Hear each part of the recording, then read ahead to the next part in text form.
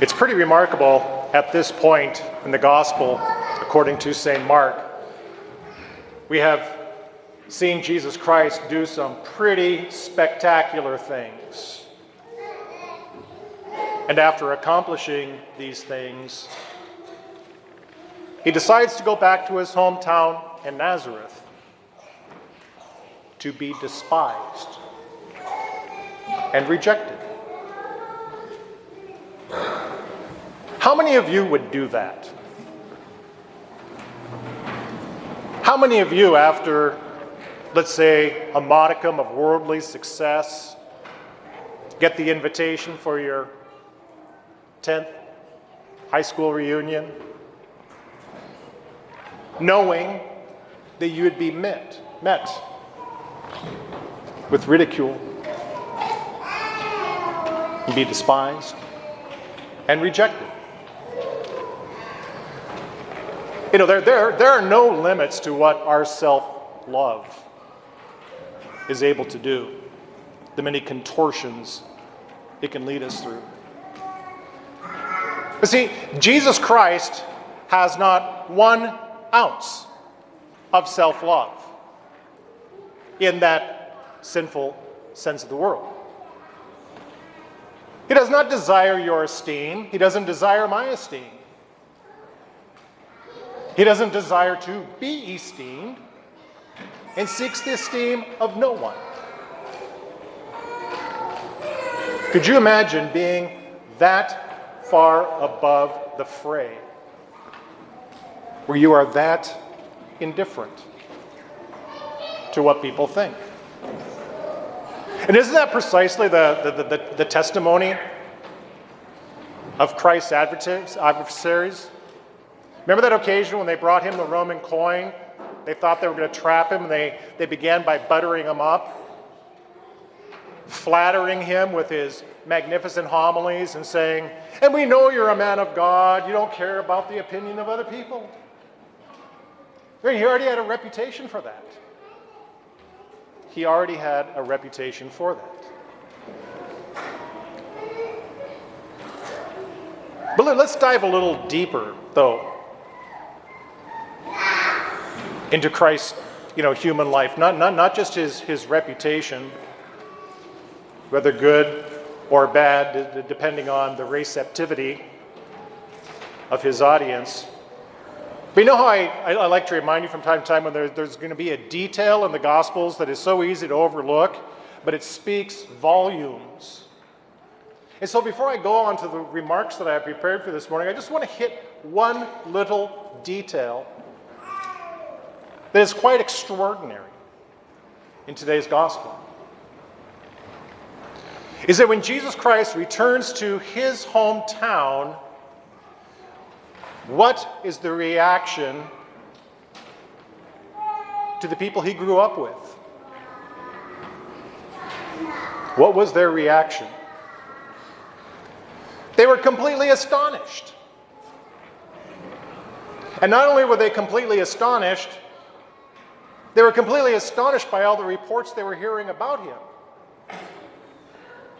And so what does that say about the first 30 years of the life of Jesus Christ on this planet, living in Nazareth?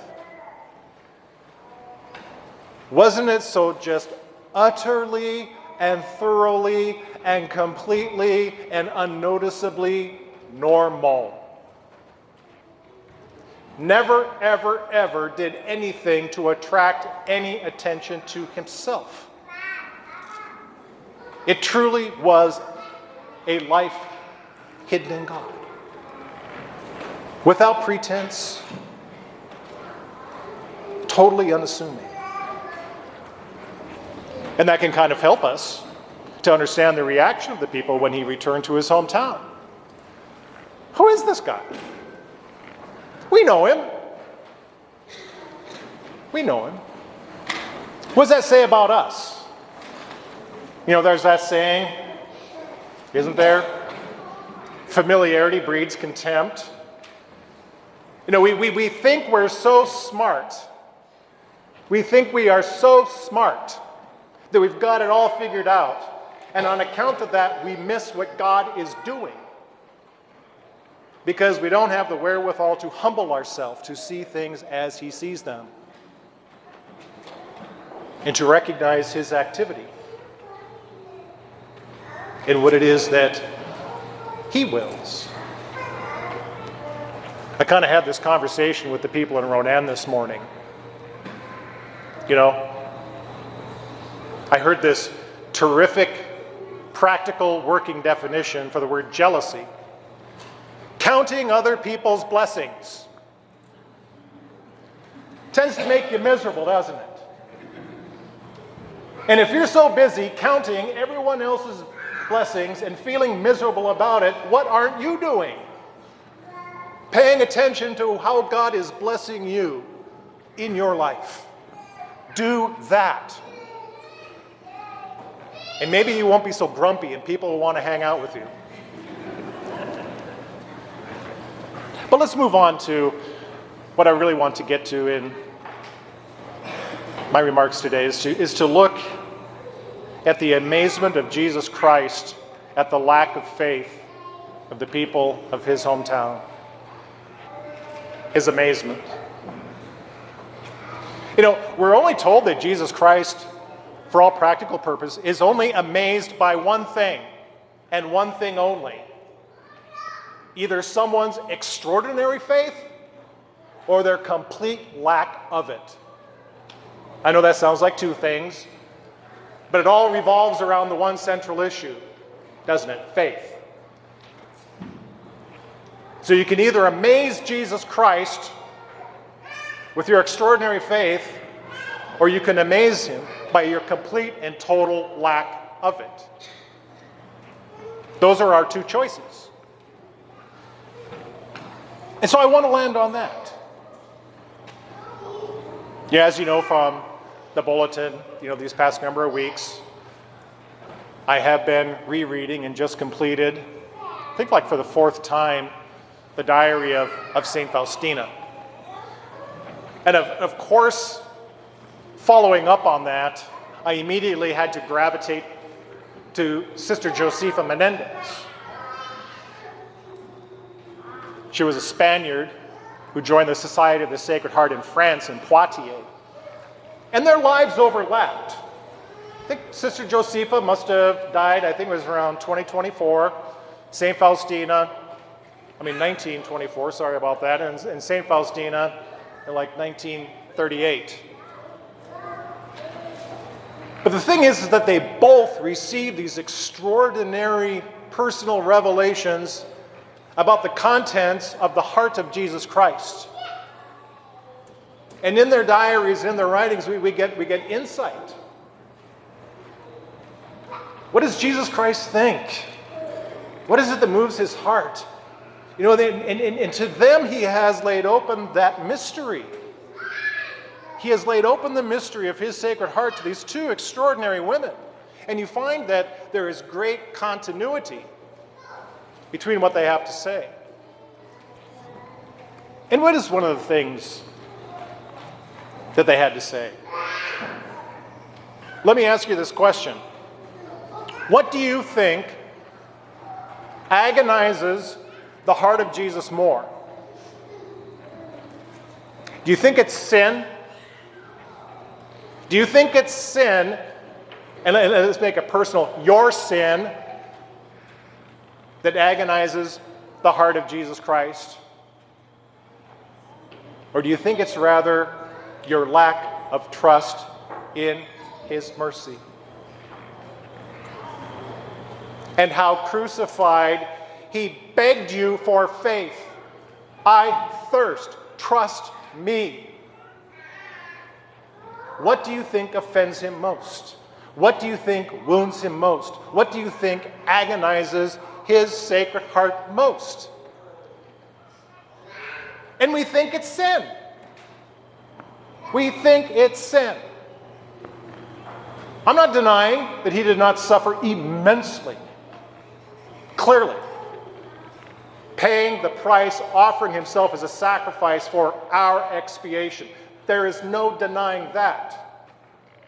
We are getting to the very essence of the sentiments of the Sacred Heart of Jesus, who did these things. Why? To win our trust, so that we would come to him who hungers to forgive our sins and to overwhelm us with his mercy.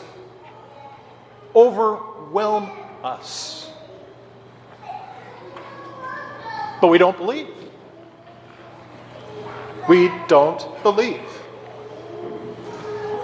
And so the Lord told Sister Josephine, tell them I am a father.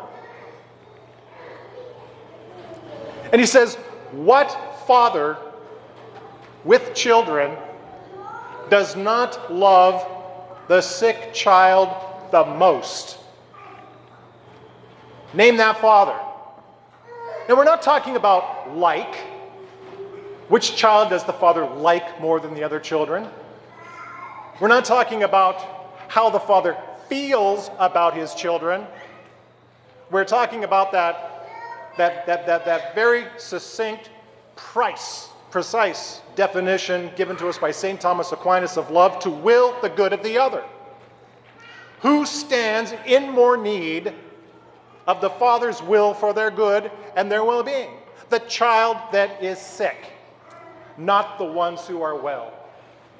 And this is precisely what Jesus Christ said. People who are well do not need a physician, sick people do. And you look at his adversaries. Oh my goodness, what a glutton, what a drunkard, hanging out and dining and partying all night with those sinners. And what did Jesus say? Go learn the meaning of the words. I desire mercy, not sacrifice. He came into this world to call sinners to himself. And is this not amply and beautifully and convincingly illustrated in his parable of the prodigal son? Oh, sure, go ahead, be horrified. Be my guest. Be horrified at the prodigal son. And miss the point completely. Son who comes up to his dad, you might as well be dead. Give me the share of the inheritance that's coming to me, and he runs off and squanders it on prostitutes. Go there, right? Where was the father every single day of his son's absence?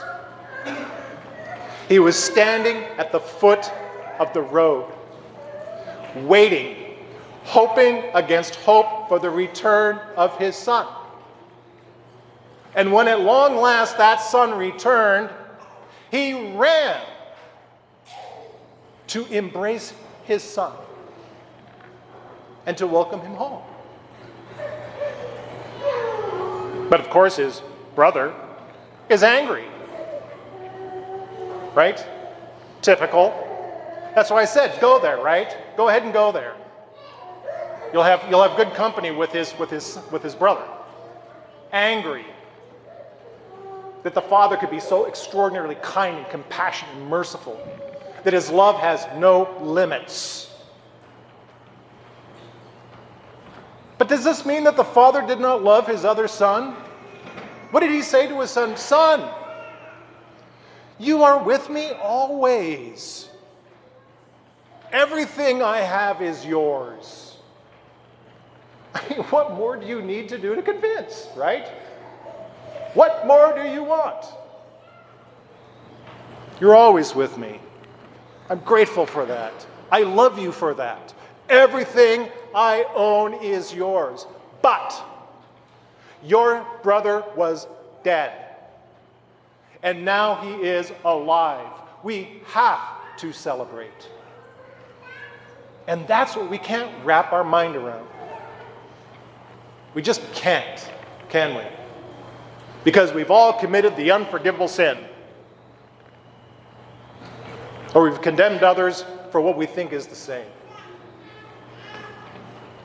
And we miss the message and we miss the point. And belie the fact that we probably never really read the gospel with an open heart, with an open mind, in the spirit in which it was written by God himself. Now, we talk about faith under different aspects. I've mentioned this before. We can talk about the deposit of faith. That's all terrific. There's a summary of that in the Creed, which we will soon recite together. So that's one aspect. We talk about the faith in that regard. A number of weeks ago, we talked about faith as, the ability to persuade other people to your side. But then there's also that other element, and that is the element of trust. Who do you trust? The night before he died, and Jesus is with his disciples, and he said to them, you have faith in God. Have faith also in me. And that's the aspect of faith that he's talking about. Trust. You trust God. I acknowledge that. He says, now trust me. Now trust me. You're saddened because I'm about to leave, but I have to leave. And when I leave, I'm going to prepare a place for you. So when I come back, I can take you to myself so that where I am, you always may be. And after everything you've seen me do for 3 years, trust that promise and believe that.